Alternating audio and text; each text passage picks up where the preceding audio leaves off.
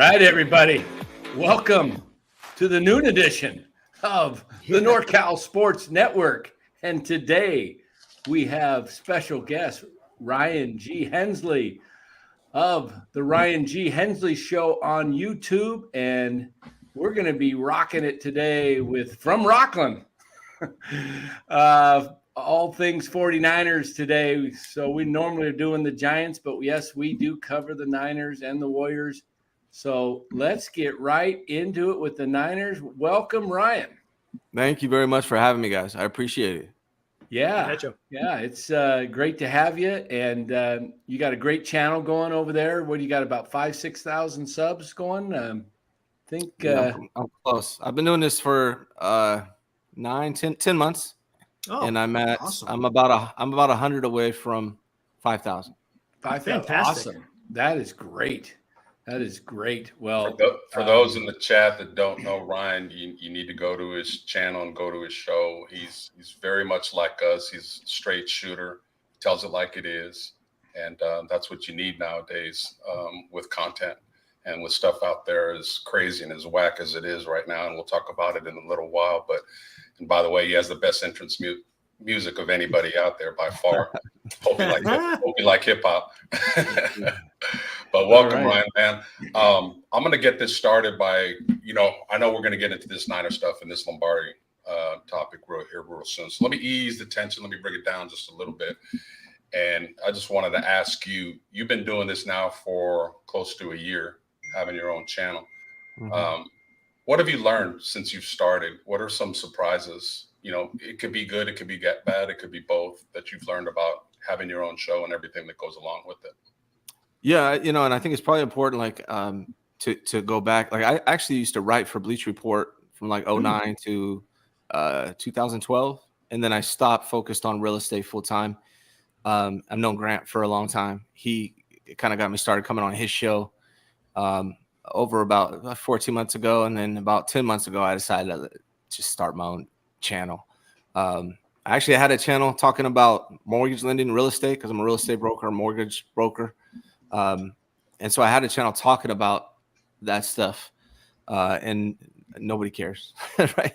And so it was interesting. I built it up a little bit. I did that for a couple of years, and I realized nobody cared. And what was cool is Grant putting me on, and then I realized that I can actually talk about something I'm passionate about, something that I love, like the 49ers. I'm a Warriors, Giants, Niner guy. But really, I just focused on the 49ers like I used to do for Bleach Report, and that's what I've been doing. And, I advertise. I basically sponsor myself. So instead of talking about real estate, I talk about the Niners, and then I let people know what I do for a living. So there's a little pushback on that. I think a lot of viewers don't realize that almost all content creators and even a lot of journalists have day jobs too, right? Hello. Yeah. I get all the time, stick with mortgage lending. You don't know what you're talking about. Well, if you're going to say that to me, you got to say it to all of these content creators because they all got something they're doing during the day to pay their job. Most of them, not all of them, but a lot of them. So I noticed that. I noticed how toxic people can be and how outlandish people can be. The things they say, they wouldn't say to you in your face. Absolutely. It's just, it's crazy. But what something I decided is that I'm just going to roll with it and give my honest opinions regardless of what people think. People that like me will tune in. People that don't might hate watch, or they won't tune in. So either way, I just got to do what I got to do. I got to be honest. I don't do things for clicks. You hear that a lot too. You guys, you're doing this for clicks. Yeah. Oh, it's my real opinion, So that's where I come from. Definitely, awesome. A few shows back, I heard you made a specific point about, too many people take it as black and white, not understanding there is actually a very large gray area on so many different topics, and people just need to be more open-minded, more empathetic, which is a very big lack of understanding in this country. That's to be a topic to be another day. But let me just get something straight out though that I want to say. On Ryan's show earlier today, he this is kind of humorous. Ryan was called Mexican again. He's called that a lot. For everybody out there, his name is Ryan G. Hensely. My name is Carlos De La Fuente. They think he's Mexican. They think I'm not. Do I got to come on here with a sombrero? I got to come on here with a sombrero or something? I mean, come on, man. I mean, hey, much love to my boy that he gets called that. The Mexican is a fine race, but he is not. I am. Please get it straight. Shout out to Mexicans though, because I love Mexican people. I love everything about Mexican food, their culture. They make California great. So when I tell people I'm not Mexican, it's not because I don't love them. It's just because I'm not Mexican. You're not Mexican. Oh man, that's funny. So I got one more, Dan, and then you and Eric can have that with Ryan. This is for everybody in the group and for all four of us. Something that I've been thinking about. I don't know if I've ever seen this question on a YouTube channel, but in regards to the Bay Area, we all know the Bay Area sports scene and the history of it. Mm-hmm. Do you guys think that, I mean, we know what it is now. It's a football town for sure. It's a football area. Do you think it's always been that way? Or do you think in the history of the Bay Area that it only became a 49er predominant area when they started winning Super Bowls in the 80s? Because I think it might have been a baseball area in the 70s. But when the Niners started winning Super Bowls, I think it took it to another level. And now it's completely, off the hooks. It's completely football. So I love all your feedback on that, about the area, the Bay Area. Is it a football town for sure? What do you guys think? You want me to answer? Let me know if you want me to Go ahead, Ryan. Yeah, have at it. Well, honestly, I'll probably have to pass on this one to Dan, maybe. I was born in 79 when Joe Montana was drafted to the 49ers. So all my memories are of that era. From what I've heard, it's baseball was the dominant sport prior to that. So I can't really answer it prior to that because that's when I was brought into it. And I don't know if Dan was around before that or not. Yeah, I was born in 62 in the Bay Area, in the East Bay, and grew up, back then, I was Giants first, and they were the team in the late 60s. I mean, well, they came here in 58, 62. They went to the World Series. Then, growing up there with Willie McCovey and then Bobby Bonds, Barry's dad, and others that came up, and Marichal, and Mays came from New York, but it was a Giants.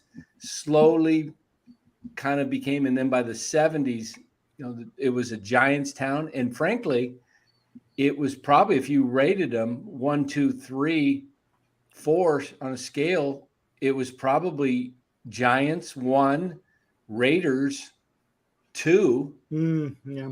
Niners 3, and then it was Warriors probably down 4 and A's. It was, the Raiders were huge in the 70s. They were, yep. And the Niners did nothing. They got to a few NFC championships in the early 70s, and then from like 73 or 74 on, it was like awful. I mean, from 79 until Bill Walsh really came, even the 80 season was lousy. All of a sudden, 81, it was like all the old 49er fans that were dormant came alive.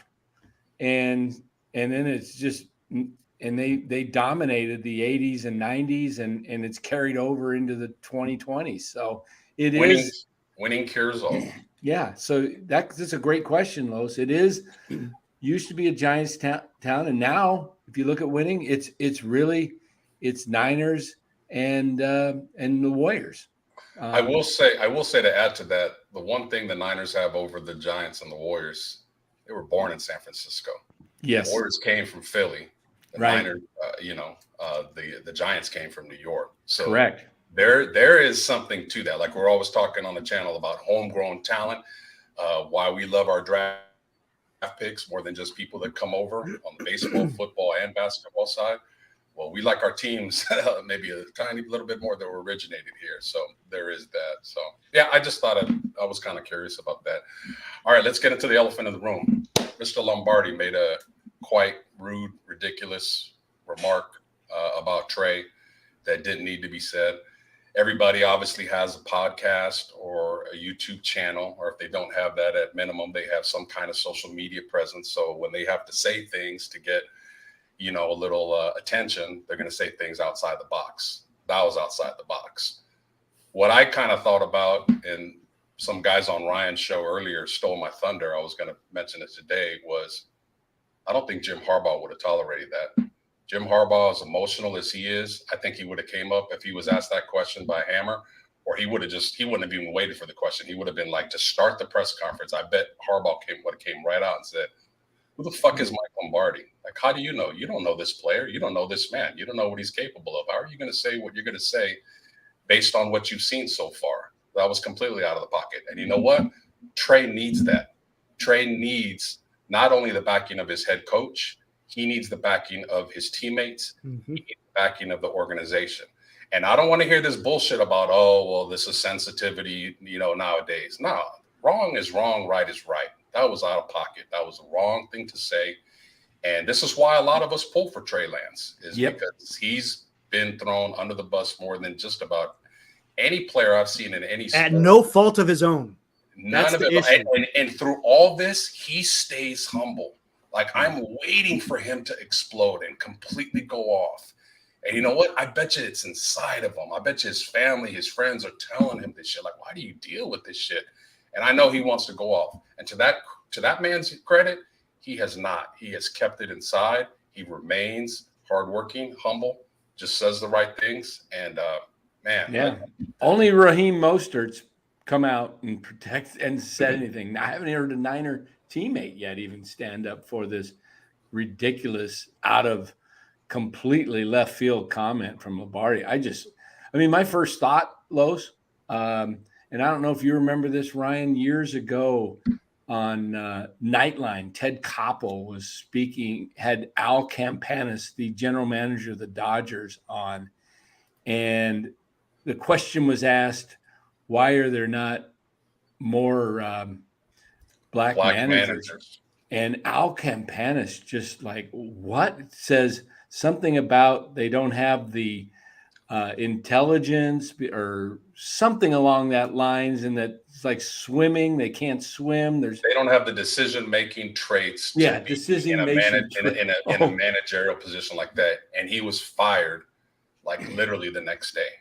Yeah. So Ryan, we'll give the forum over to you. You talked about it a lot on your channel, and just kind of let people on here know, genuinely, passionately, how you felt about that. It's deep, man. There's a lot to it. As you saw just now, I talked about it for, I don't know, close to an hour. It's first of all, it's unprofessional. Let's start there. It's unprofessional to say the things that he said. He should know better.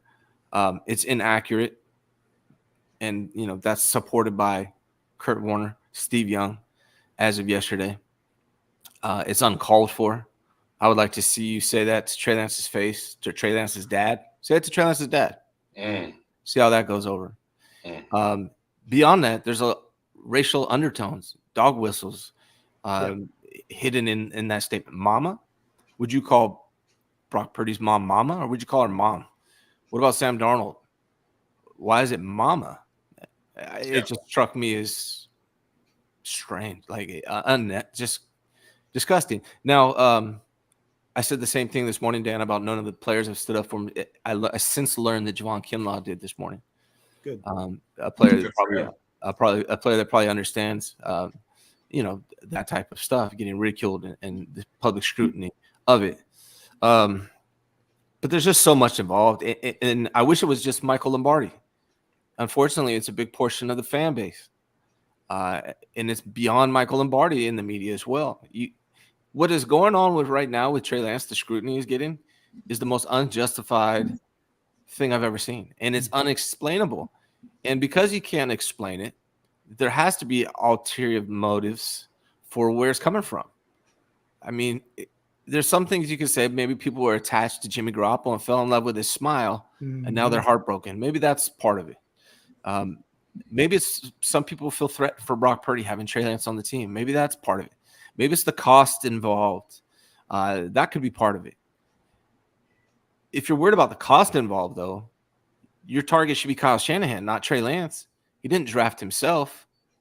But beyond all of that, there's a portion of it that is bias. And I'm not saying, I need to reiterate this, I'm not saying if you don't like Trey Lance as a quarterback that you're racist. I'm not saying that. People automatically respond whenever you bring this up, call you a race baiter and say all these other things. I'm not saying that if you don't like Trey Lance, you're racist. That's not what I'm saying.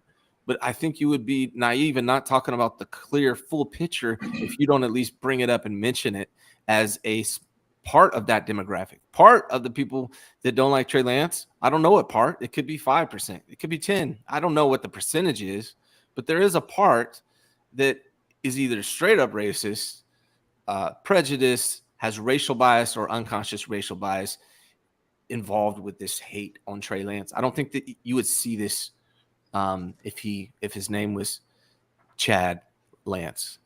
So that's just my honest opinion of it. It's disturbing. And it's a real good point made about where the accountability goes to.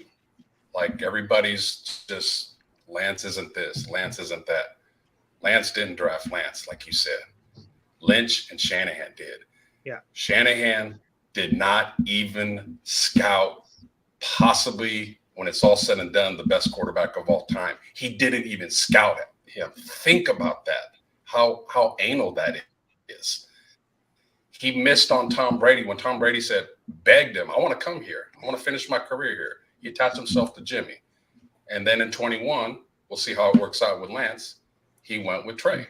So while Trey gets so much, criticism about he's not playing well, this and that, Shanahan gets a pass over and over and over again. Certain coaches, certain players, for whatever reason, and take it as you will, and where I'm going with that, get a pass. And, me and Ryan have talked about that on his show before when I'm on, is that as great an X and O guy as Shanahan is, and he is, maybe he should just be an offensive coordinator, because some of the things that come with head coaching and all the responsibilities that go with it, not backing your player in this case, it's there.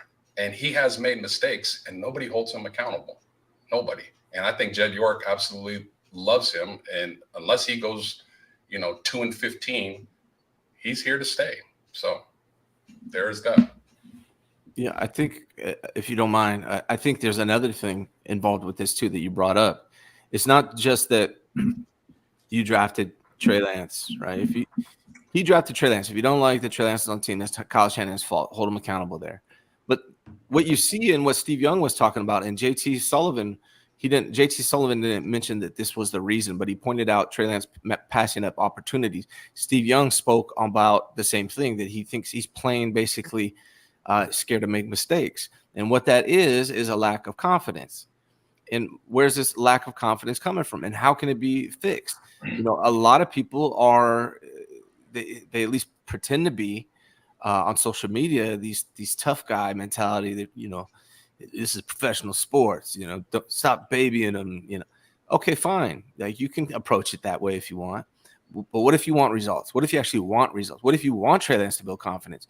Maybe as a head coach, you should make it your priority to get the most out of the guy you spent 3 first-round draft picks for, and build his confidence behind closed doors and publicly. It's important to do it publicly as well, because Trey Lance hears all of this stuff. I know this for a fact, confirmed 100% from sources that he hears this shit. And excuse me for cussing. No, it's okay. But Kyle has an opportunity. He can be sink or swim, like it seems like he is. He seems like a sink or swim guy. He can be that way if he wants, and he's had success from that. But there's certain situations, particularly with the quarterback, where you can choose to purposely build confidence in a player and get more from him than you have so far. And that's another complaint I have with Kyle Shanahan. Yeah, and let's look at this just for those who may not be 100% familiar with the context, the comment that Michael Lombardi made. Here's the comment, quote, verbatim: "The reality of Trey Lance, if a play doesn't, he says, if a play doesn't go the way he practiced it, breaks down. When his mama lifted him up from the crib, he didn't have that quarterback instinct. He won't win the backup quarterback spot based on what I've seen and heard." Okay. This comment stems if you go back 30, 40, 50 years, black players, even though they were the best athletes, there was a this quote kind of a stigma attached that they couldn't be quarterbacks. They weren't smart enough. They only had athletic skills. Yeah. They didn't have the IQ. That was they didn't have the IQ. Underlying kind of hint and comment. Right. And so you had, your first couple quarterbacks. I remember James Harris came up with the Rams, and you had McNair with, Tennessee, and, a couple guys. And it was always like, oh, who's the first black quarterback? Doug Williams is the first black quarterback to win the Super Bowl and made such a big deal. Now it's kind of common, that your best athlete plays shortstop in baseball or center field. Your best athlete now plays quarterback in the NFL. But this has taken this back to the 60s and 70s, this type of comment. Mm-hmm. And Dan, it goes back even further than that. Well, I'm talking back about football, just kind of, gotcha. Yeah. I'm talking football. If we want to get into the whole thing, we're going back to the. No, I'm just talking about the premise of the IQ and not being able. I mean, it goes back to when they wanted to have black soldiers during the Civil War. There was a huge they won't be able to perform. They don't have the IQ. That's where I was gonna try to go with that. But yeah. So, but this instinct crap, that word instinct and then the mama, those, he could have. There's tones. There's tones with that comment. You don't make that kind of comment unless you have. I don't know Michael Lombardi from Adam, but look, you don't make that kind of comment at that level of the media and have no repercussions come your way. I'm sorry. Yeah, it's one thing if you want to question someone's ability, right? That's fair game, right? It's fair if you're not able to perform at a high level. The NFL's at a high level. It's okay to criticize that part. I mean, you can even criticize like you said, the people who are supposed to be taking him under his wing. I mean, when they drafted him, look how much professional experience he had even in college. You knew that getting thrown into the NFL that there was going to be some self-confidence issues because I mean this is the highest level of all football, and he had to have that support by the coaching staff. Hey, we got you. We're gonna build you up. We know you may be lacking here, and then you go there. Now, if he's showing that lack of ability, okay, question it. But when you go down that road, like you said, Dan, and you open up that's uncalled for. You don't need to be going down that road because that has absolutely nothing to do with his ability on the field. Well, circling back to what I said earlier about how thick-skinned Trey is to take all this and not do anything. If anybody out there has saw the movie 42 about Jackie Robinson, yes, and saw what he went through and how Branch Rickey, who was the general manager of the Dodgers, said, I picked you specifically to break the color barrier because I knew you could take the comments. And hey, you want to go somewhere even closer, Los? Yeah. Willie Mays. He had to deal with a lot. And you know who he had? You know who had his back? Leo DeRocher.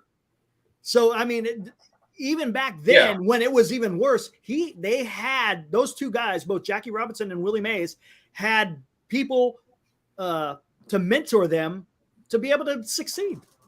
Yeah. So, I mean, let's be real here. Let's just throw it all on the table. Racism has gotten better, but it's still out there.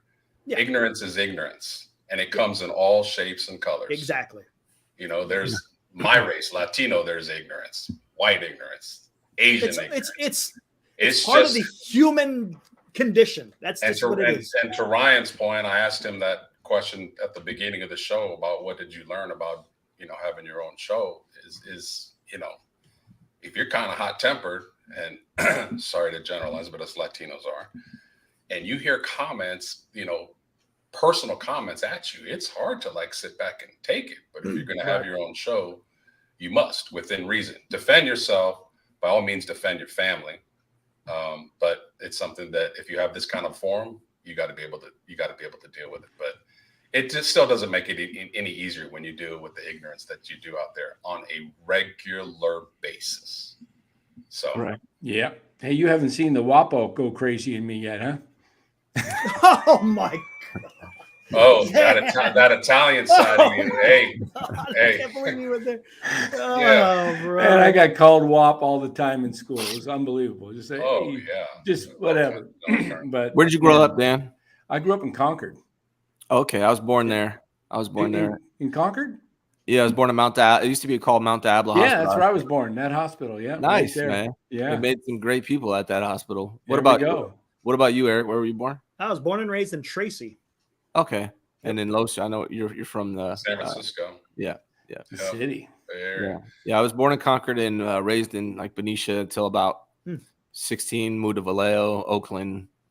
I've lived all over the place. Long Beach, Utah, Cincinnati. So I've been all over the place. Yeah, cool. Cool. So let's get back to what Ryan was kind of sharing about this. I'd love to have you take it a little further. Just lay it out there. What do you think should be done? What do you think Kyle needs to do? What do you think the Niner organization needs to do? And what do you think the NFL, if anything, should do? NFL, nothing. Kyle just needs to publicly support this kid. Here's the thing. Even if you don't like Trey Lance and you want to trade him, how are you helping the cause by letting him take this ridicule? Like if you want to trade him, you need to be building up his value and coming into his defense and saying Michael Lombardi doesn't know what he's talking about. If you don't want to trade him and you want him on your team, you need to be supporting him and defending your player and building up his confidence. Either way, no matter what you want to do here, you're not approaching him right. I tweeted something out. It's getting a lot of people contradicting me. But what I said about Kyle Shanahan to me is he's obviously an intelligent person. He has a strong football IQ. He grew up in football, and he's intelligent. Where I think he lacks is EQ, emotional intelligence, the ability to understand how you can help Trey Lance in this situation and what he needs more than anything. And that is confidence. And the way you can do that is by publicly supporting him. He needs to hear you saying that you believe in him and you believe in his potential. If you still like him, if you want to trade him, then you need to get out there and do the same thing so you can build his value. Either way, you need to be out there publicly supporting Trey Lance. Yeah, and now that we've been touching on the situation of the comments, let's get more to the gridiron itself with the Niners. The Niners, are coming off of a very successful season that ended abruptly when, we all know what happened with Purdy and the Eagles game. What do you think this year? I mean, we kind of titled this program Niners Super Bowl bound, or what was the rest of it? A meltdown. Heading to a meltdown. Yeah. I mean, the potential, Literally. of course, is really Both. That's both, and there's also middle of the road. But if they don't make the playoffs, I would consider this roster that'd be a meltdown. So where do you think they're headed, and what do you think is going to happen with this team? Are they? I mean, I don't worry about a preseason game personally. When I played football, it was like, man, we didn't even put in our defenses, or we wouldn't even show our plays. Everything was just vanilla, basic. And I know people are losing everything over, the way the second and third team. I mean, that's not. But what's the direction? Where do you see this thing going this year? Well, it's going to depend on three things, which typically are the case with the 49ers. Injury, particularly this year. I think the depth's not as good as it has been before. The offensive line, particularly the right side, and the depth there. The offensive line is the second most important position in the NFL, and I don't think the 49ers treat it that way. So that's been a concern of mine for a while. Yeah, it's really crazy how they do that. I mean, obviously the D line, which I believe is the top, is one of the most important positions. I have it third, as a unit. But and then you got your quarterback that you got to protect, and then they just they don't put anything into the offensive line. They basically got Trent Williams and then a bunch, Aaron Banks, and then the rest of the guys are just And you would think it would be a priority. What was the issue with the 49ers last year? quarterback injury. You think that would be somewhat of a priority, you know, make sure that doesn't happen again. Yeah, it's a little bit weird. Yeah, so go Andy ahead. Reid took care of it after watching Brady get the shit beat out of him in the Super Bowl. What did Kansas City do? They upgraded their old line big time. Oh my God, they won the Super Bowl the following Oh, you year. mean Tampa did it, and then Kansas City did it. Yeah, after Tampa just thrashed them. I personally think the Niners are extremely top heavy. I think they didn't, again, like Ryan said, did not address O-line. McKivitz may be a better pass blocker, but he's not going to be a better run blocker. He is the weakness. You could have 4 other good players, but if you have one, weakness to that line, that's all it's going to take. And, them not addressing it is going to be a big problem. Lynch, the draft is over. He can't do nothing about it. I made a joke like in the 3rd round, you drafted a tight end that can't catch the ball. That just was a linebacker a few years ago. And then you drafted a kicker. Maybe the kicker will be great. Maybe you won't, but you might want to take it an all lineman there. They figured it out today, Los. Apparently they removed 3 tackles and signed 3 tackles. Did they? Okay. Yeah. They worked out 3 tackles yesterday. So what guys like you and I and probably Eric and Dan as well were saying a long time ago, everybody was saying, they approached it today instead of earlier in the draft. Free agent. Because I was going to suggest, until I just heard that information, the Niners have some deep positions, wide receiver, linebacker. Maybe Lynch gets on the phone and pull the trade. And, you got to have balance as a team. You can't be so good in one areas and so weak in other areas. And O-line has been kind of a weakness for a while. For whatever reason, they've not addressed it. So, I mean, let's see who these 3 people brought in if they're going to be any good. No one you've heard of, honestly. Then that still worries me. But like I was going to say is that, I said injury, I said O-line, and then it's quarterback. And what's funny is all 3 of those are connected, right?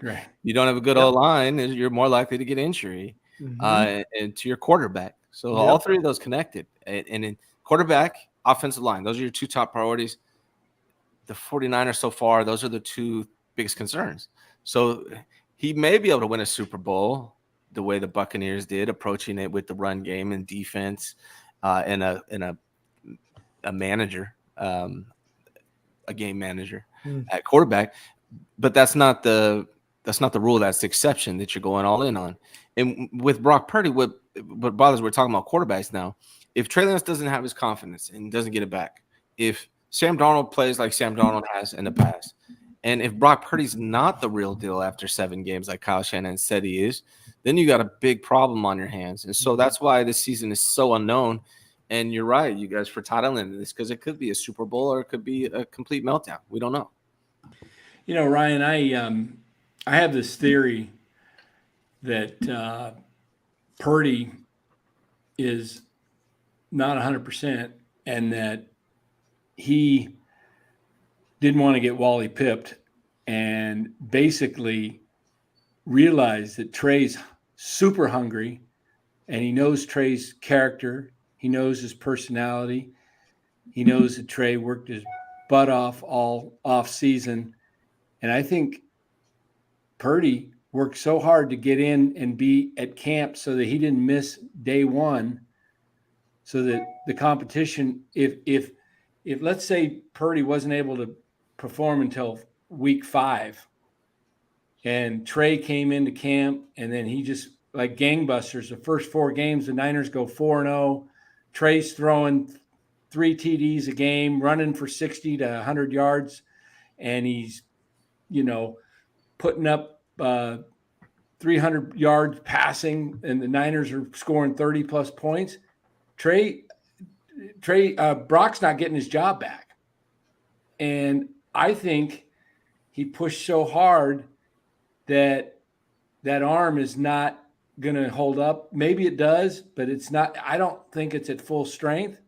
And I think that, just and he didn't have a strong arm to begin with, but just the slightest little off, with his with the strength of his passes, just the slightest could be the difference of, balls getting picked or getting batted down versus, getting right, threading the needle.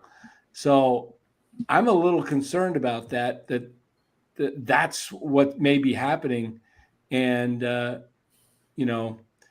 what's your take on that? What do you think? I think it's a valid. I think it's a valid concern. I also think if that was his plan, it was the wrong game plan. The reason why I say that is because what you put on film is great. Why do you want to risk ruining that by coming back too soon? I've been saying since February that whoever starts this QB1 week 1 may end up be the loser of this thing. And the reason why is obviously because of injury. The 49ers have started 3 quarterbacks 6 of the last 7 years. Right. Is that right? Yeah, 6 of the last 7 years. They started 3 different quarterbacks every year. So most likely, knock on wood, unfortunately, it's not likely that whoever starts is going to finish the season. So the winner may be the person who finishes the season, not the person who starts it. As we saw last year. I mean, last year, Trey Lance was the man coming in. And Brock Purdy is the one who took the reins now, and he's supposed to be the man. Well, how do we know that the same thing won't happen next year? It could be Sam Darnold, for all we know, that ends up being the guy. I mean, it's not. I don't believe that that's going to happen, but who knows, right? Like, no one expected Brock Purdy to be where he's at right now today, and I just think I'm glad that Trey Lance isn't starting. I think first of all, I think Brock Purdy should start if healthy. Whether he's ready or not, I don't know, but I think he's earned that right because of how he played in games, and I've always said that. But I also think that's the best thing for Trey Lance. Can you imagine Trey Lance starting? You think he's under scrutiny in a microscope now. Yeah. Imagine him starting. He would have to be perfect with Brock Purdy sitting behind him. Yep. And I don't think it's fair. They got to let Brock Purdy thing play out, whether it's continued success or he falls off. They got to let that happen before they insert Trey into this situation. Ryan, you got to go to practice, and what did your own eyes tell you when you watch the quarterbacks as far as the ball coming out, as far as Purdy's arm strength, which, like we've alluded to many times before, was average when he was healthy, and did it look about the same, a little worse, a little better? I was there at the beginning of it, and Brock didn't look like himself. Sam Darnold and Trey Lance clearly had a much higher arm talent. Now, I haven't been there in a week or so, so maybe that's changed. Maybe he's getting better at it. But Brock Purdy himself in the press conference, which is so weird, but in the press conference, he said he's still building up velocity in his ball, meaning he doesn't have 100% velocity. He said that, his own words. And Kyle Shanahan will tell you the opposite. All these guys say the opposite. John Lynch will tell you the opposite, but Brock Purdy told you that in his own words. Unless that's changed over the last 4 days, then that's the situation right now. And what I saw is the same thing. When you go and watch these quarterbacks play, Brandon Allen didn't look like he was on the same level as Brock Purdy, but Brock Purdy didn't look anywhere close to the level of Trey Lance and Sam Darnold. They looked like the best quarterbacks on the field when I was there. Interesting. I have an interesting question. This is for all you guys. It's when you think of baseball, because I'm more of a baseball guy, and you think about spring training, everyone says, don't worry about it. It's spring training. Everything will work out. For football, quote unquote, spring training or the preseason, why does it take on such a more important role in getting prepared for the regular season than what baseball does to prepare for their regular season? I'm trying to figure out, because it's all practice, right? Whether it's spring training, whether it's preseason. So why is there so much of an emphasis within football than it is baseball? I think it's sorry, go ahead, Carlos. No, go ahead. Go ahead, Ryan. I think it's just because the season is just so short. Like with baseball, you got a million games, right? And every game doesn't mean as much. But with football, everything is means from day one or from week one, right? Gotcha. Yeah. That's why that's my opinion on it. Yeah, football's king. Football gets dissected left and right. That's what I'm saying. Exactly. And with all the, Lance was a high draft pick, so he's going to be evaluated different from a fourth rounder. And how about this? Rounder.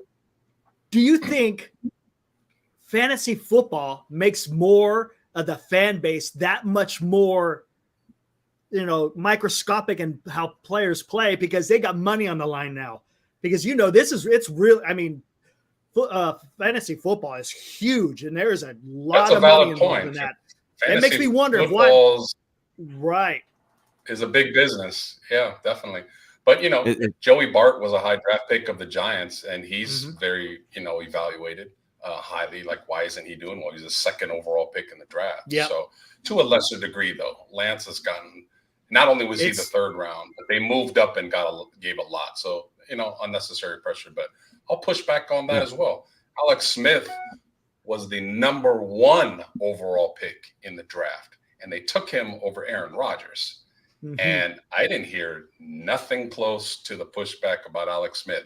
Now, he was not a great quarterback for, 5 years, 6 years? Yeah, it's a while. He was not good. The number 1 overall pick in the draft. When did he start getting better? When his head coach had a lot of confidence in him, and he had a stabilized offensive coordinator. So, for some people, the light goes on in a week, in 2, like Mahomes, natural. For other people, it takes a little bit longer. Right. There's nothing wrong with that. That's how it is in business. Some people go to companies and like that, they're salespeople. They're closing a lot of deals like Ryan. Other people, not quite so much. Anybody can sell 2% interest rate. Can you sell 6.75? Had to throw a little mortgage plug out there. The key is not to sell it. The key is not to sell it. I don't sell it. You know what I mean? I don't. Yeah. I don't sell it. I let the math and the situation. But anyways, we're off topic here. But numbers don't lie. But I just had to, me, man. I'm an analogy guy. Oh. This just came out today from practice in a tweet. Good day for Brock Purdy. Rough day for Sam Darnold. 49ers practice. Purdy 13 and 19. Darnold 1 for 7. Trey Lance 3 for 3. Interesting. Only 3 reps. Purdy was very sharp, especially on throws outside the numbers. Darnold's accuracy was down today, especially into the seams. Cam Latu dropped another pass from Darnold and kicked the pylon in frustration. Drops. I said that the dude. The second he was drafted, I said bad pick. Bad pick. The 7th round tight end looks way better. You mentioned something, Los, about Alex Smith, and I'm trying to find it. I haven't read it yet, but I saw the article. Something, it might have been Matt Barrows. I'm not sure who wrote it, about Alex Smith and Trey Lance. I don't know if any of you guys have seen that one. Something to do with. I'll see if I can find it, but and look it up. But the headline sounded like it was a positive for Lance. In other words, that he's got, he may be like Alex Smith in the headlines, just taking a little time to develop. But there was a lot of patience with Alex Smith. A lot of patience. And that was the number 1 overall pick. Like I said, that was another Niner mistake on a quarterback. I mean, Alex Smith was a good quarterback. He had a good career. Aaron Rodgers is a Hall of Famer. So, I was so ticked. I was so pissed. Oh my God. Well, my brother coached Aaron. I knew Aaron coming out of Cal. My brother's a coach at local Cal. Guy. He's still there at Cal. My brother played, 4 years in the Pac, back when it was the Pac-10, and was a all Pac-10 defensive back with Ronnie Lott and Kenny Easley back in 1980. Yeah. I was so excited for that draft. I was positive the Niners were taking him. And when I was just like shocked but I wonder if. Did you hear some of the stories about why they liked Alex Smith? Somebody in the organization leaked it that his personality. They liked how he treated his mom. He was a very nice. Yeah. Because Aaron Rodgers was he was arrogant. He was cocky and confident in his ability. That's what you want in kind of a quarterback, in my opinion. That's what you want in your quarterback. You want a dog. They chose the nice guy. Like, oh my God, he opens the door for his mom. He's so polite, this and that. Fuck that. Jesus. So they passed on this guy that had so much talent is going to be a Hall of Famer for Alex Smith. And again, I like Alex Smith. He turned out to be a good quarterback, but he was bad for a long time. Hey, I'm all for the dog mentality, as long as it's controlled dog mentality. Like Steph Curry is a dog. He's one of the on the nicest guy, but he will cut you up and splice you and kick you when you're down. And Aaron Rodgers, same way. He's not a bad dude. He just I mean, off the He's field. He's a quirky dude now. Yeah, But he's become a little bit more of that. But how much of that had to do with him getting slighted too? By 23 teams. and that's a huge point. Me and Ryan have talked about that before. When you have a chip on your shoulder, my God, I don't know if anybody in the NFL has more of a chip on their shoulder to prove people wrong than Trey. And let's see how it plays out. Hope he. Yeah, exactly. I worry about Trey being too nice. It's one of the things I really like about Brock Purdy. Brock Purdy has that mentality where like he just doesn't give a damn. With Trey, I that's the one thing I worry about with him. Like, dude, like no matter how much I defend him, and no matter how much I think Kyle Shanahan needs to do a better job defending him, ultimately he's got to take the reins when he has his opportunities and believe in himself, regardless. I wish I could talk to Trey Lance like face to face and talk to him, because like, dude, you got to do it regardless. Like, yes, I'm going to defend the BS that I see out there, but regardless, you got to overcome it, man. You got to believe in yourself. If you don't believe in yourself, no one else is going to. But to that same point, in that same vein, the coach needs to show the player that they believe in them too, right? Both of them are important. It's not one or the other. Yeah, absolutely. Agreed. So what do you think's going to happen with Nick Bosa? You think he signs right a week before the regular season, or do you think he gets in the camp before the third preseason game, or what's going to happen? What do you think? That's getting a little dangerous. I'm hearing they're not even talking much. I just don't want him, if he signs, to be the same thing like Debo, like he's in shape on his own, but he's not in true football shape, like being with the guys and hitting and doing everything that the activities controlled are. I don't want him to come in, sign at the last minute Debo, and then have a subpar season. So also, you don't want him to. A lot of times history has a tendency to repeat itself, especially in families. Joey Bosa held out, and he came in late. Now he's kind of had an injury-prone career. I don't know. The Niners definitely have a financial issue. They got to pay Ayuk too, and Can I ask you guys a scenario? Yeah. So, I'm a believer that you need an elite quarterback to win a Super Bowl in general, right? That's the rule. There are exceptions. I would trade Nick Bosa. I would have traded Nick Bosa for Aaron Rodgers in a heartbeat. Because if you're going to play Nick Bosa quarterback money, why not just play an elite quarterback money? I would have been great. I'm not saying the Packers would want to trade with the 49ers, but maybe for Nick Bosa, they would. I would have went all in on that. I think that's an opportunity they had that they at least try. I don't know. I threw out Justin Herbert, reunite the Bosa brothers together and maybe throw in either Purdy or Lance. And Chargers said no. Chargers said no on that, though. I got so much pushback, like, no, we can't get rid of Bosa. Just people fall in love with players as opposed to what's best for the team. And, I'm under the same theory. You got to have a top flight quarterback. Top defenses don't win anymore. This ain't the 90s. It's true. Good point. Defenses are handcuffed. They can't do a lot of the things that they used to do. There's no press man coverage, nothing. He checks. Towards the end of the season, didn't Bosa kind of disappear at the end of the season too? I think he had 0 to 1 sacks in the playoffs. I don't know, maybe 1, but he didn't play a very big role. I mean, quarterback will. The defensive line is third most important position, but and I like Nick Bosa. He's great, but I brought this stat up like all the time because I feel like it shows you where the NFL is going. The Super Bowl winning quarterbacks for the last 5 years had 4,000 plus yards passing during the season and 40 plus touchdown passes during the season. Mahomes just had 5,000 yards, right? That's the trend. The last 5 Super Bowls, that's what the quarterbacks are doing. That's what kind of quarterbacks they have on their team. And I don't know if we have any quarterback on our team that can do that. Yeah, I do worry a little bit about that. And I think, as far as ceiling goes, I think Trey has the highest ceiling, and he's just going to need time. Maybe he gets that chance and gets an opportunity to develop mid-season or some point in the season and becomes that guy as he grows into each game. But you need you either have to have a guy that's so precision like Montana and just cut you up and Purdy looked like the real deal last year, and had he not gotten hurt, who knows?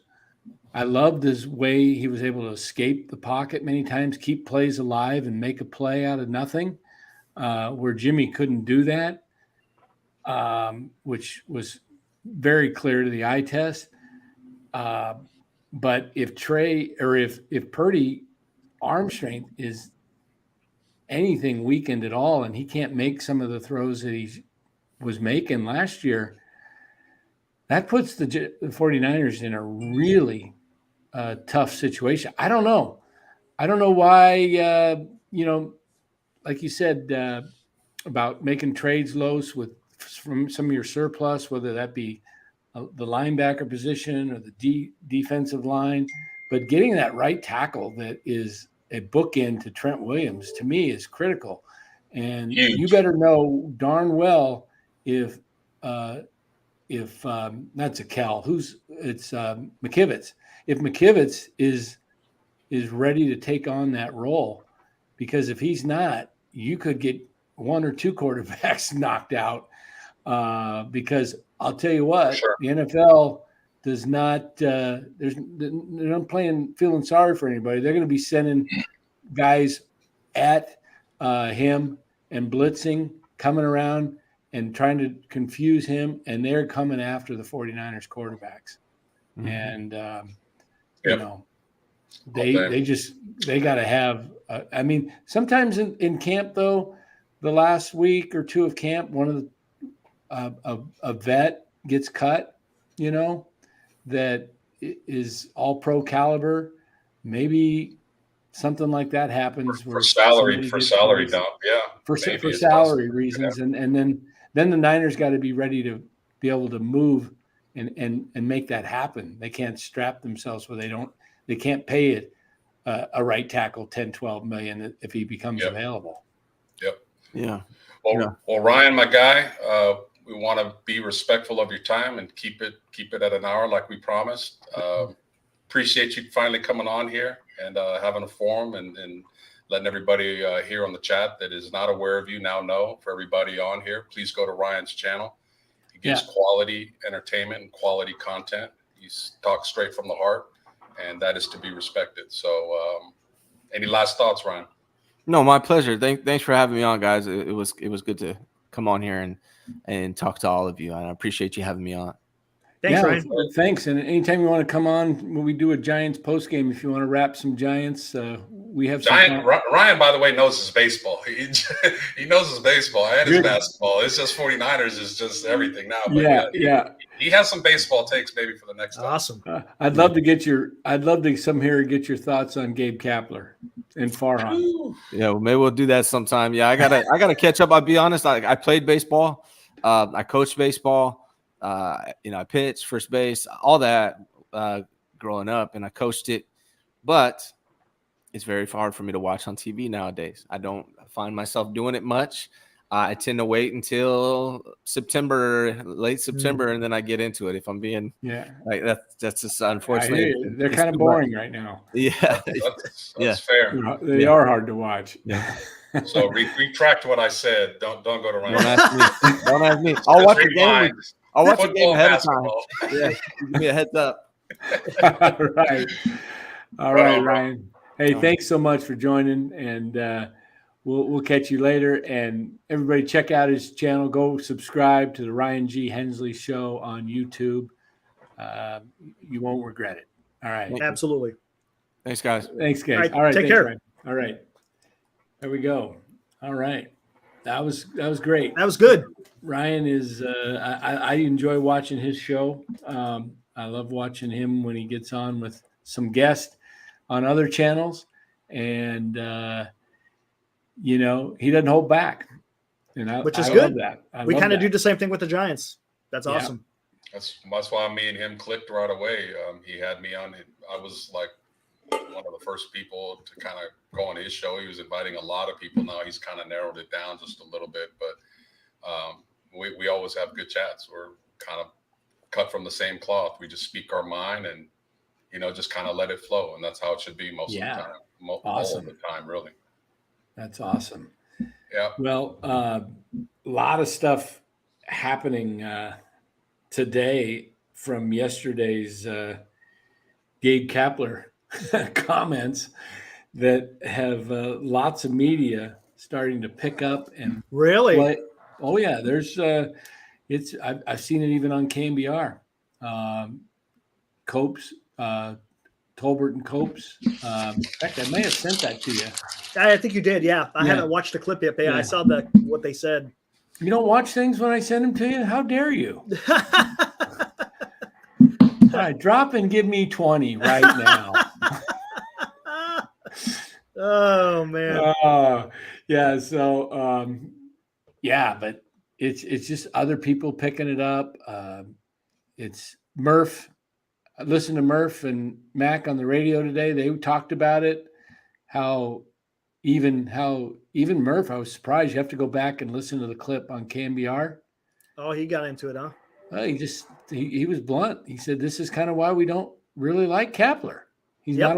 he's not a likable guy. He's different. Yep. Yeah. And he doesn't, and he's just, I don't think he knows how to manage. I really don't think he knows how to manage. You know what though? I got the perfect manager in mind for San Francisco Giants next year. Who is it? Right here. Oh, come on. Get that out of there, man. Hey, you can do a much better job than what's being out there right now. Gabe Coach Emilio. Hey, listen to this. Gabe Dan Kapler. Dan Kapler. Tell me if I tagged Copes, Tolbert and Copes talking about this as they were playing the interview, and then they're both on video, which is great. They do that now. Yeah, you get their visual, and they're just like, oh my goodness. When Gabe says, I'm not putting you down or attacking, and they're just like, oh gosh. Yeah. And what I want to get your thought. In fact, you know what? I'm going to play that just for the heck of it. Let me pull that up. If you're playing it through Twitter, I think you're okay, right? Make sure. It is through Twitter. I think we can, right? I mean, Lamas, I think we're within. We are in the picture, I guess. All right. So, are we in the picture? I mean, we're off to the side, but I guess if we're talking over it as well, and let me see if I can find that. Here it is. All right. Let me share this. Share screen. I wanted to get your thoughts on this. Can you guys see that? Yeah, good. On why it. Okay, here we go. So this is yesterday then, because they're on from 2 to 6. Yeah. After the game, Danny Emmerman, who we were talking to, covered the Giants for KMBR.com. There we go. Had a little sort of a snippy back and forth here with Gabe Kapler on why it was that he pinch hit for Wade Beckman. Earlier this year, the white ridiculous, man. With the bases loaded against a lefty. Bases loaded against a lefty tonight. You decided to pinch hit Slater for him. What changed, if anything? In just watch the Copes. I'm absolutely happy to make the expressions. distinction, but I'm just curious if you know the distinction. Is it just Slater versus Ramos? Yeah, I mean, this is not a disrespect to Ramos in any way, but I think Ramos has like 4 career pinch hit at bats. Slater's one of the best pinch hitters in baseball. So I don't mind, of course, that wasn't the question. Explaining something, but I just sometimes wonder if the question is, hey, can you say it? Or if that distinction isn't clear. I'm just curious about that. Slater hasn't been hitting awesome either. He has more of a track record, sure, but would you agree that he's one of the 5 best right-handed pinch hitters over the course of the last 3 or 4 years? Yeah. Do you think that creates a distinction between him and a guy that has 4 career pinch hit at bats? Here it comes. Okay, so I'm not criticizing you at all. I'm just wondering if what you're asking is for me to say that, or if whether or not there's a distinction at all for you. Man, Come on, answer the effing question, okay? Thank you. Who's the manager here? Why are you asking Danny Emmerman? Why is Danny having to answer questions for Gabe? Just answer it, and don't. Yeah, I'm not putting you down. Like that's exactly what you're doing. You're the like manager. You're like going at him. Like, do you know what you're talking about? This guy's ever been one of the best. I mean, just tell him that then. when he asked the question, to say, well, we did it because he's been one of the best pinch hitters against left-handers in baseball over this last period, and we felt good about him being up there. That's the end of it. That I just, no disrespect, but I want to ask you. Basically, it's no disrespect, but do you know what the hell you're talking about? Yeah. I just want to make sure you know what the hell you're talking about. Yeah, he's disrespecting. Before we engage here. Danny's doing his job and asking a question that, by the way, every single other beat writer was responsible for asking and would have asked. Yep.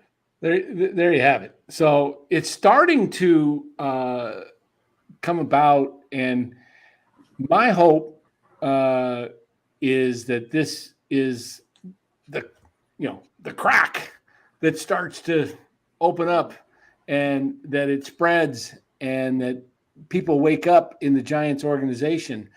Here's what I tweeted out on this. Let me go back to. I'm going to pull my tweet up because I want to get your opinion on this, because I think you'll agree with most of the coaches in what I put up here. You may not agree with one of the coaches, because some people don't like him, but here we go. All right. You just wanted to get a discussion on this because I don't know. All right, here we go. This was based on this whole comment, Tolbert and Copes, we just played. And I put out, can you guys see that? Yeah. Yeah. Bay Area generally loves their coaches because they're relatable and kind-hearted and good leaders. Bochy, Kerr, Walsh, Madden, Dusty, Al Addles, Roger Craig, Bob Melvin, Tony La Russa. Now, here's the one some people will disagree with, but I put in Kyle Shanahan because I think he is kind of still of a regular guy. He can joke with people, and, he has camaraderie with his players. They seem to love him. George Seifert, David Shaw when he's at Stanford, Justin Wilcox, currently at Cal, and there's probably others. But the last eccentric strange guy was Harbaugh, and now Kapler. The Giants can. Mike Nolan was kind of weird, wasn't he? Yeah, he was weird, but he wasn't even a good coach. The Giants can do so much better. At least Harbaugh was good as far as, good at his job. Gotcha. We got to deal with Kapler's self-righteousness and his asinine decisions. Get a normal dude as a skipper. The fans need it. More importantly, the clubhouse needs it. So what's your take on that? Do you think there's something to having a relatable coach that, it's one thing if the guy's just a jerk, but he's winning you titles, you kind of like, well, you deal with it, right? Right. But a guy who's focused on, not standing for the national anthem, making that a stink point, goes around, whatever you want to do in your personal time, fine. But you're a public figure, and I see is a bunch of posts about your food reviews during the season too. I mean, It's like, what are you doing? Your team's in a struggle, and you're out there, reviewing food, right? Reviewing food and then posting. It's a bad look. I mean, go eat your food, fine, do what you want. But when you post it for the whole Bay Area and the rest of the people are out there that want to, see this stuff, it's got to make you think. I don't know. Priorities ain't in the right area. That's a tough question to answer, because I think what you are, how you are as a person, what your personality is like when it comes to pro sports, all gets thrown under the rug if you win or if you're dominant. I'll use Brian Wilson as an example, our former closer and reliever. That dude was, talk about out there. Yeah, he was a weird dude. A lot of the things he did. Different he though was as a player. He was on a live show and had a naked guy in freaking G-strings walk behind him. And that's pretty weird. But he was dominant. So people kind of did this. They looked the other way. They didn't care. So I'm not a fan. I'm not a fan, like you said, Dan, of a lot of the things Gabe does. the posing, But the you know, tanning your nuts, yeah. everything. But you know what what? I'm getting at is the leader, the leader of a Oh, team for sure. is, and he's kind of your spokesman of your organization. Maybe really. to that standard, he needs to be held a little bit Yeah, higher. and same thing, what Positive Panda's saying too. He's very defensive. He's always defensive. When anyone asks him a question, he's always coming. He's the he I doesn't saw just it in the dugout in Yeah, you spring training a witnessed couple it, yeah. times. Saw That he is. saw it happen to Larry Krueger. Saw it happen to John Shea of the Chronicle. I think at the end of the day, the players that play for Kapler are probably more frustrated and angry about his platoon system, about how he treats his pitchers, how there's no set plan. It's just all over the place. Players like to know their roles, and they like to know when they come to the ballpark more or less where they're going to be in the lineup, if they're going to be in the lineup. And there's too much helter-skelter going on right now. So Gabe could be a lot like those managers on the list. He could have a somewhat normal personality, but if he's still doing what he's doing with platooning and treating players the way he is, I think players would still look at him, and Farhan for that matter, because it's both of their philosophies sideways. And my biggest issue that I have with his decision is people keep talking about, well, who's going to pinch hit? Do you see how this fan base has been, what do you want to call it? Brainwashed in platooning being everything, because the question wasn't who should have platooned. The question is, how come you didn't leave Meckler in there when 2 days prior to this game, you said that he's going to face left-handed pitchers? That's the issue. So you have this confidence. That's great. The manager is having confidence in his young guy to be able to face left-handed pitching as a left-handed hitter. So what? And 2 days later, all of a sudden, that theory evaporated, and he had no answer for it other than, whoa, what about Slater's had history? Who gives a shit? You know what his recent history is in his last 59 at-bats? He's had 7 hits.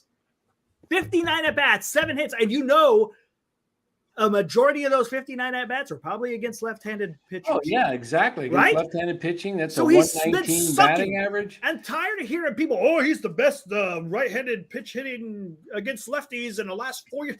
Yeah, okay. That's, I made this comparison. Miguel Cabrera is a Hall of Fame player. But what's he doing right now? He ain't doing jack shit. So you got to look at it, and he just doesn't. He doesn't look at what the situation is happening before his face. His recent, like I said, if you're analytical, you're going to know since July 1st that Slater hasn't done nothing. He's been a 0. So just you know what? I just said 2 days ago that I'm gonna let this guy hit. You know what? I'm just gonna let it go. Guys, I gotta finish up some work. I'll catch you on the baseball show post game later tonight. Well, tomorrow night. No game tonight. We'll be back tomorrow night about 9:30. Oh shit, you're right. No game tonight. Yeah. Oh, okay. I'll say this real quick. Let you go, Los. Yeah. You know what happens when you remember 3 years ago the closer for the Giants, Jim Gott. Yeah. He was blowing games, giving up home runs in the 9th inning. Yep. And I think he blew like 3 straight games. Giants had, and what happened? Kapler took him out of high leverage situations and only pitched him in games where it was, like a 7 Trevor run. Gott. I mean, did I say Jim Gott? I meant Trevor. Trevor Gott. Yeah, Trevor Gott. Yep. So Trevor Gott. Yeah, Jim Gott used to be with the Giants years ago too. That's why I was not in my head. I remember Jim Gott. Yeah. So Jim Gott came up when we were younger, didn't he? Yeah. But Trevor Gott under Bochy, right? Yeah. Trevor Gott that he was with in 2019, 2020, or 2020 or 20. Yeah, it was 2020 season. I think it was the strikes or the crap season, COVID season, whatever. Yeah. He blew like 3 games. Mm-hmm. Might have even been the 21 season. I can't remember which season it was, but he was the closer. They yanked him and never put him in high leverage situations until he worked his way out of the funk. Same thing with Slater. The guy's in a funk. Why would you put a guy who's that's in a funk? 0 for 16, 7 for 59, and then expect him with bases loaded? Why would you do that? Why not? Hey, you know, you've coached, Los. You've been around ball players. I've played a long time. Isn't it coaching a lot simpler when you just go out and just put the hot guys at play the hot hand, right? I mean, if a guy's hot, A lot I mean, easier. what happens when Clay gets going? Steph doesn't even try to shoot. Just looks for Clay. Looks for Clay. Kepler has done that to an extent. Flores has been in the lineup consistently, and he's the hottest hitter. So he's Right, got but that. Well, he side. didn't do it in Washington, though. Yeah, he didn't but- play the hot hand so in Washington. He has flashes where he understands, the basics, page 1 of how to be a manager for dummies book, like Yeah. play the hot hand. But he doesn't do it consistently enough. In fact, he That's doesn't the do issue. anything consistently enough unless except can his nuts, like I said. Yeah, there you go. Did you like? So- I brought that in last night. It's our new shirt, right? Yeah, it's gonna be our new shirt. NorCal Oh, God. Sports Go Network. tan your nuts. Go tan your nuts. maybe we can get some coconut oil company to sponsor it. Hey, now you're talking business. I like it. Now you're talking. Let me get on the phone. Let me make some calls. Get on the phone. Get some coconut oil company to sponsor us, and then we'll push it. We could do it.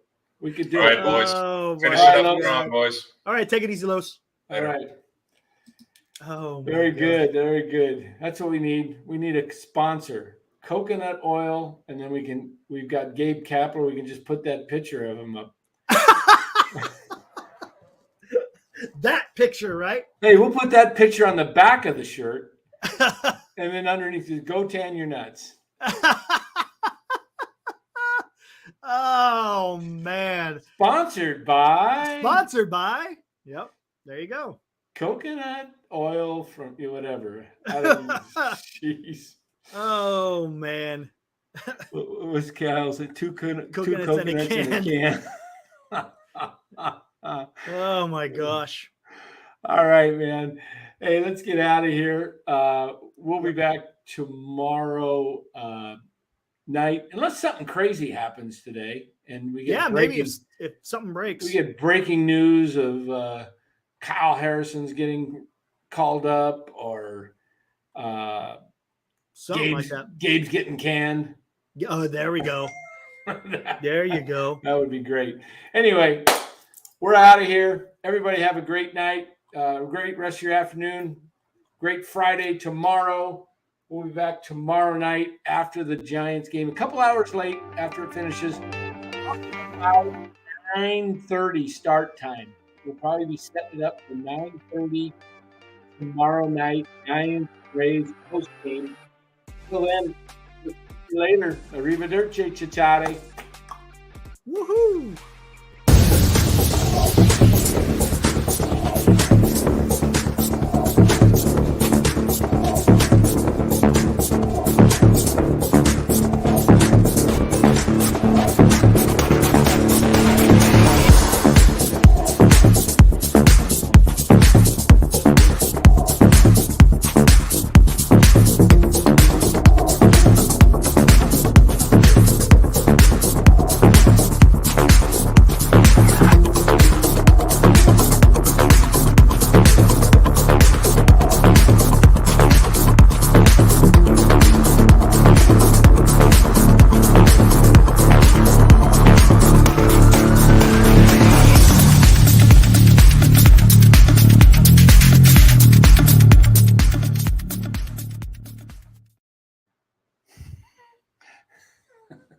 You see his comment? Yeah, did you kill this? Oh, I thought you- Hi, everybody.